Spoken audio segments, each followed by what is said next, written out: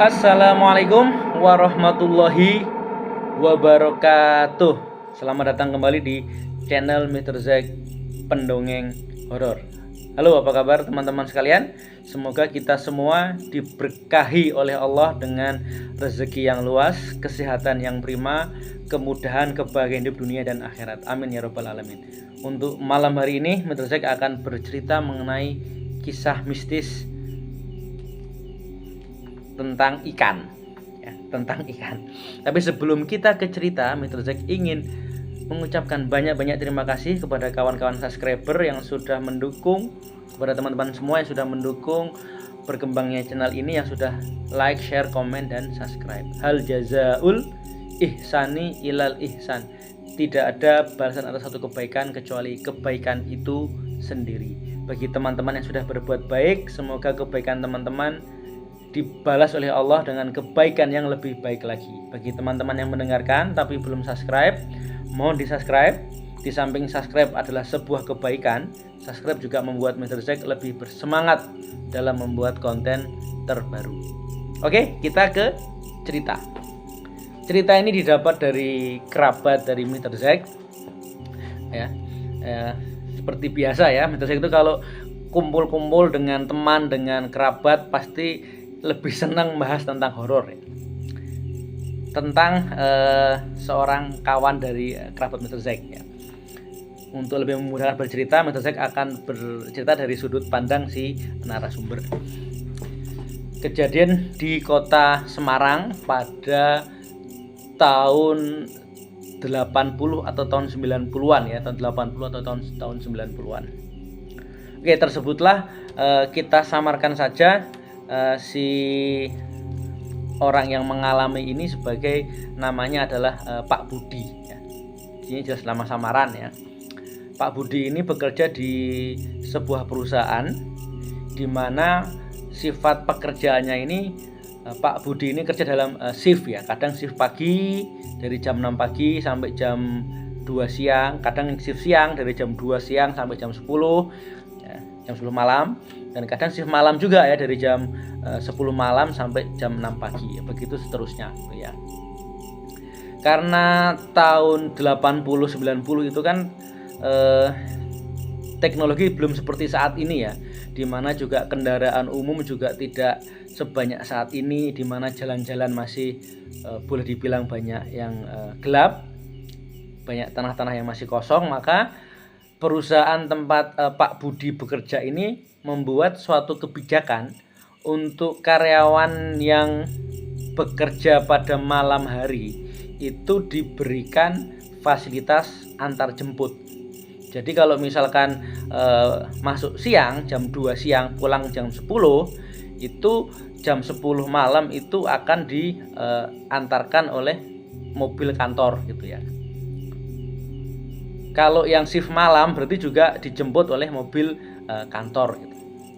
Namun karena tidak semua kondisi perkampungan itu bisa dilewati oleh roda 4, jadi kadang itu di pick up atau di drop itu di mulut gang, ya, di gang-gang kecil. Karena logikanya kalau sudah masuk ke gangnya sendiri, sudah kenal dengan warga sekitar, minimal tetangga-tetangga, karyawan itu akan aman sampai rumah, ya. Tidak ada, mohon maaf, begal, mungkin rampok atau bahkan pelecehan untuk karyawati yang mungkin dinas malam. Nah, pada waktu itu Pak Budi ini bekerja shift siang, ya. Shift siang dia berangkat karena memang tahun segitu tidak semua orang punya kendaraan, ya.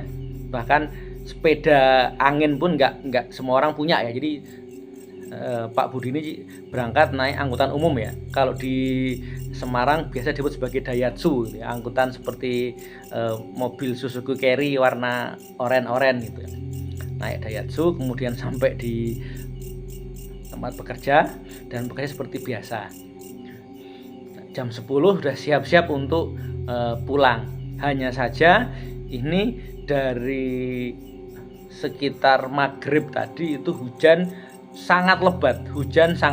Jadi Pak Budi dan teman-teman yang shift malam ini sepakat untuk nggak usah pulang dulu gitu. Toh kalaupun kita pulang diantar oleh mobil kantor, di mobilnya nggak kehujanan, tapi ketika nanti diturunkan di gang sama saja kan kehujanan, karena kebetulan dengan segala hormat rumahnya Pak Budi ini masuk gang sempit ya, yang tidak bisa dilalui oleh roda 4.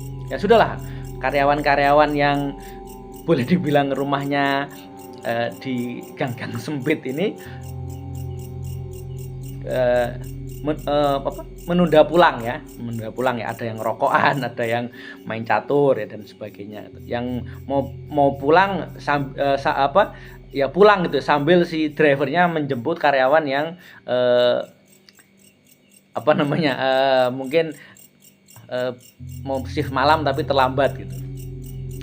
Ditunggu-tunggu hujan, dan ternyata hujan itu reda kira-kira jam 11:30 ya, jam 11:20, setengah 11 ya, karena memang sudah SOP dari kantor, supir ini mengantarkan. Nah, hitungannya jarak dari kantor ke rumahnya Pak Budi ini boleh dibilang ya bukan bukan hitungan dekat juga, tapi juga nggak terlalu jauh. Jadi Pak Budi ini orang yang kedua turun setelah dari kantor. Sudah, memang rumah beliau ini di dalam gang, di dalam kampung yang gangnya sempit ya, di Semarang yang gangnya sempit. Pak Budi ini di drop off di gapura atau di mulut gang gitu ya. Sudah dadah, sudah pamit, jalanlah mobil ya. Jadi Pak Budi ini pulang menuju rumah, masih gerimis-gerimis gitu ya, gerimis dan hujan gitu. Tahun 80-an itu tidak seterang saat ini ya, jadi masih banyak tanah-tanah kosong atau belum banyak titik-titik lampu. Nah, karena habis hujan itu biasanya got ini meluap, jadi semacam tergenang atau semacam banjir. Nah, karena jalan kaki dari mulut gang menuju ke rumah Pak Budi ini jalan. Nah, ketika jalan itu, di tengah jalan itu beliau melihat ada ikan yang menggelepar-gelepar ada di tengah aspal yang boleh dibilang ada sedikit genangan air. Nah, Pak Budi ini logikanya berpikir, oh ini tadi hujan deras, kemudian meluap atau banjir, dan ikan ini terbawa arus dari sungai atau dari selokan atau dari manapun juga, terbawa ke got, dan kemudian terbawa ke airnya meluap kena aspal, airnya bablas, ikannya nyangkut di aspal gitu ya, nyangkut di jalan ya, menggelepar-gelepar ikannya.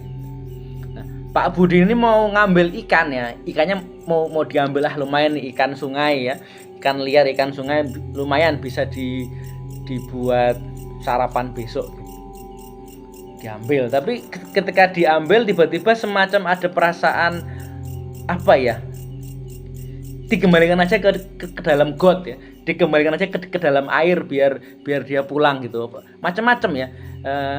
Pak Budi ini ketika bercerita ke narasumber itu hanya ada perasaan kalau ngambil ikan itu besok paginya repot, malas, artinya harus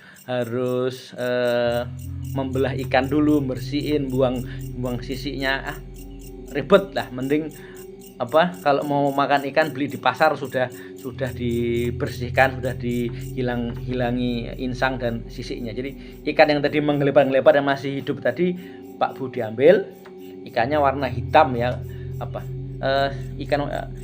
ikan kutuk ikan ya dalam bahasa Jawa itu, ikan hitam dengan sisik yang agak keras, itu diambil kemudian dikembalikan ke got. Itu pun mengembalikannya nggak dilempar sama Pak Budi, itu semacam kayak diletakkan di got. Ikannya setelah masuk got yang meluap karena air hujan tadi, yang hujan deras tadi, itu seperti melihat muka Pak Budi kemudian berenang lagi. Nah, memang masih hidup kan ikannya ya, karena dia tadi sempat menggelepar ya. Pak Budi sudah nggak ada pikiran lain-lain ya. Dia pulang ke rumah karena memang gerimis, bajunya masih kena gerimis jadi basah. Sampai rumah ya dibukakan pintu lah oleh istrinya ya. Ditanya sama istrinya, kenapa Pak kok pulang sampai jam 11:30 ya. Pak Budi bilang nunggu hujan gitu, karena kan lumayan jalan dari mulut gang sampai rumah ya, lumayan juga lah, sekian ratus meter ya. Udah, singkat cerita sudah ganti baju bersih, sudah minum hangat dan sebagainya, Pak Budi ini tidur gitu ya, tidur. Karena dia shift malam, berarti besok pagi shift jam 2 lagi. Jadi kalaupun bangun agak telat enggak apa-apa lah ya, karena masuk kantor jam 2. Jadi Pak Budi ini masih belum masih istirahat, tapi belum tidur, masih kelisian lah, bahasa Jawanya masih kelisian, masih guling kanan, guling kiri. Ada perasaan yang aneh, benar-benar ada perasaan yang aneh gitu ya. Karena bagaimanapun juga dipaksa untuk tidur karena menjaga kesehatan, maka Pak Budi ini tertidur gitu ya. Tertidur setelah tadi kelisian atau ada perasaan aneh yang membuat dia nggak bisa tidur. Dipaksa tidur ya, dipejamkan mata, tutupi dengan bantal gitu, dan akhirnya bisa tidur. Nah, tidur itu Pak Budi sebagai narasumber bercerita, dia didatangi oleh seorang laki-laki dengan boleh dibilang badan tegap, dengan kalau bahasa Jawanya perbowo gitu ya, dengan wibawa yang sangat berwibawa, ada kumisnya 2 gitu, dan dia mengucapkan terima kasih gitu ya. Terima kasih ya, pakai bahasa Jawa ya, kalau terjemahkan, terima kasih matur nuwun, kamu sudah menyelamatkan anakku, kamu sudah sudi menyelamatkan anakku sehingga anakku bisa pulang gitu. Kamu mau apa gitu. Nah, Pak Budi dalam mimpinya, karena dia nggak merasa menyelamatkan anak siapa-siapa, dia hanya mengatakan enggak mboten pun sampun gitu. Enggak, dipikir cuman kembangan tidur gitu ya. Nah, besok pagi bangun ya, karena masih belum saatnya dinas ya biasalah ya, beres-beres rumah, antar anak sekolah. Jam 1 siang Pak Budi berangkat lagi ya ke kantor. Singkat cerita, sudah hari kedua dia pulang kantor dan tidur lagi.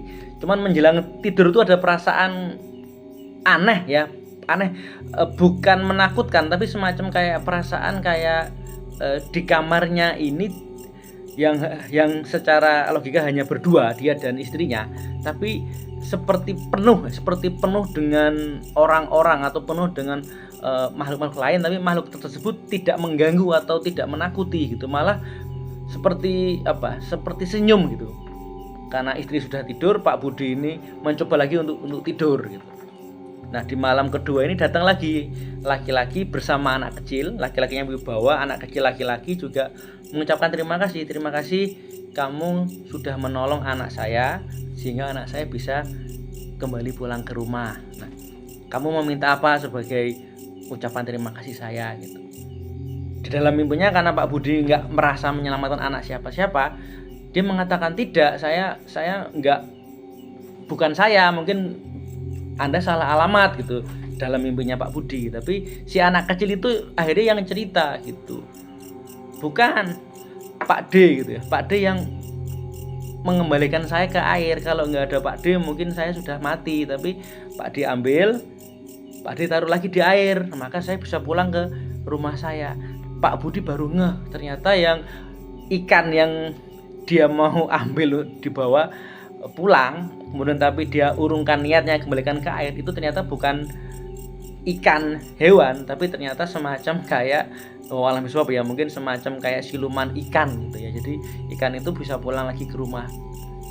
Tapi karena Pak Budi ini memang boleh dibilang orangnya yang nggak neko-neko, dia mengatakan sudah tidak lah ya, sudah menjadi kewajiban sesama makhluk Allah untuk saling membantu ya. Mungkin bahasa Jawanya sak podo-podo nih titah podo-podo ngewangi, sesama makhluk Allah saling membantu. Ya, wallahualam bisawab, entah memang rezeki atau apapun yang jelas Pak Budi ini orangnya nggak neko-neko ya. Nggak lama kemudian Pak Budi ini seperti secara ekonomi bisa meningkat ya, dari karyawan biasa, karyawan non staff bisa menjadi merangkak menjadi boleh dibilang orang yang karyawan staff yang bisa menaik jabatan gitu ya. Wallahu bisawab. Jadi intinya dari cerita ini yang Mr. Zack bisa ambil adalah kalau memang bukan hak kita itu ya jangan diambil gitu ya. Kalau memang itu ikan, siapa tahu itu ikannya peternak yang ketika hujan meluap ikannya terbawa arus. Kalau itu ikan sungai ya siapa tahu memang dia terbawa arus, tapi kan bukan punya kita ya kita kembalikan. Wallahu bisawab. Baik, demikian cerita untuk malam hari ini. Semoga teman-teman terhibur. Sebelum Mr. Zack pendongeng horor undur diri, mungkin teman-teman ada yang punya cerita, kisah-kisah horor, kisah-kisah mistis, atau mungkin video-video horor dan ingin berbagi, silakan. Alamat ada di kolom deskripsi.